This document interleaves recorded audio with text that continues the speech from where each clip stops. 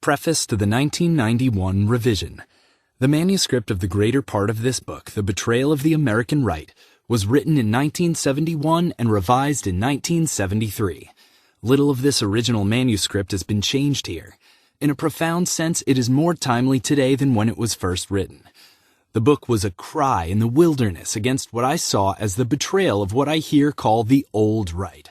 Or to allay confusion about various olds and news, we call it the original right. The old right arose during the 1930s as a reaction against the great leap forward or backward into collectivism that characterized the New Deal. That old right continued and flourished through the 1940s and down to about the mid-1950s. The old right was staunchly opposed to big government and the New Deal at home and abroad. That is, to both facets of the welfare-warfare state.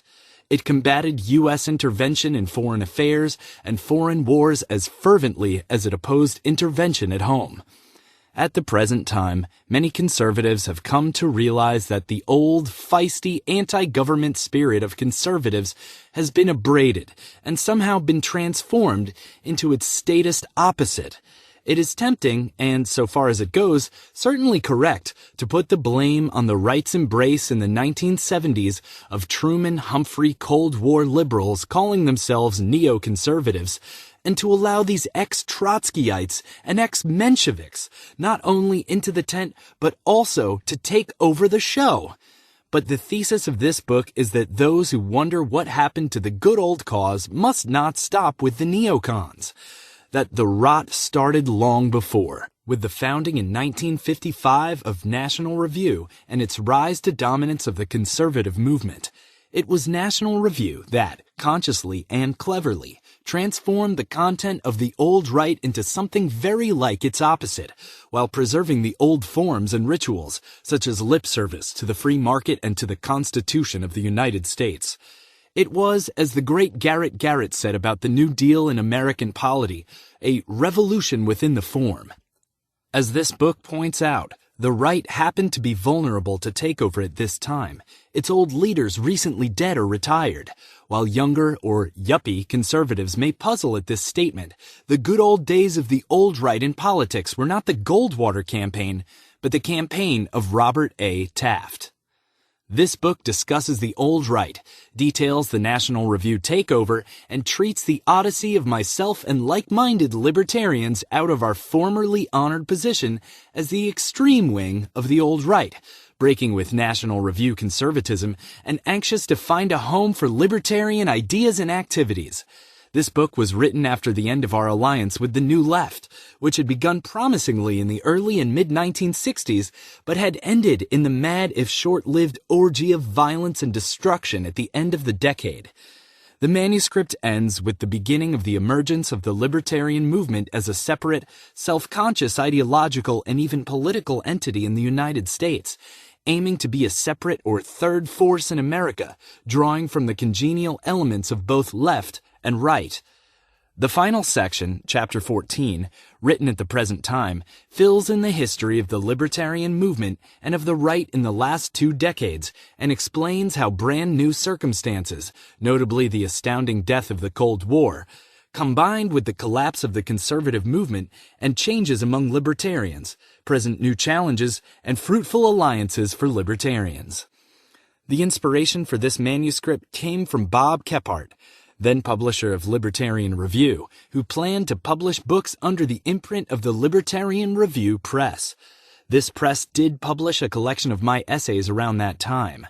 Ramparts Press put a blurb for the publication of this book into its 1971 catalog. But they wanted extensive changes which I refused to make. I had tried, ever since the early 1960s, to get my story of the betrayal of the old right into print.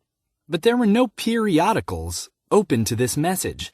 Particularly incensed at the Goldwater campaign of 1964, the first campaign dominated by the National Review right, I could only air my views very briefly in the only extant libertarian periodical, the Los Angeles newsletter The Innovator, searching for an outlet for a longer piece. I could find only the obscure Peace Catholic Quarterly Continuum. After that, my political views were largely aired in my own periodicals.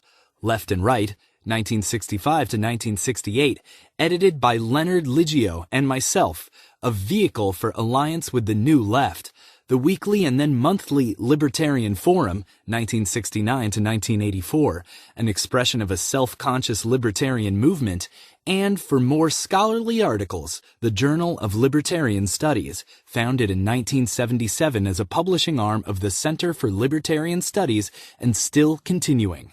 Part of the analysis in the present manuscript appeared as my The Foreign Policy of the Old Right. At about the same time The Betrayal was written, there also appeared a master's essay along similar lines by the young libertarian historian Joseph R. Stromberg. Of the scholarly work done since, one of the most valuable on the old right is the study of Frank Chodorov by Charles Hamilton. Also particularly valuable is Justice Donaghy's study of the response of World War II isolationists to the emergence of the Cold War down to 1954, and Felix Morley's autobiography, particularly the last 2 chapters on his experience with human events. Since the 1970s, The Betrayal of the American Right has remained dormant, although copies, some barely legible, have been circulating in samizdat among young libertarian scholars. Finally, the dramatic collapse of communism and the Cold War in 1989 and the subsequent rethinking among both conservatives and libertarians has recently aroused interest in The Betrayal. Study into the Old Right by Tom Fleming, editor of Chronicles, led me to dig out the manuscript, and the enthusiastic suggestion of Justice Raimondo, editor of the Libertarian Republican, inspired me to update The Betrayal and led directly to the present publication. As always, I am deeply grateful to Bert Blumert and to Lou Rockwell for their enthusiasm and help over the years, and with this publication.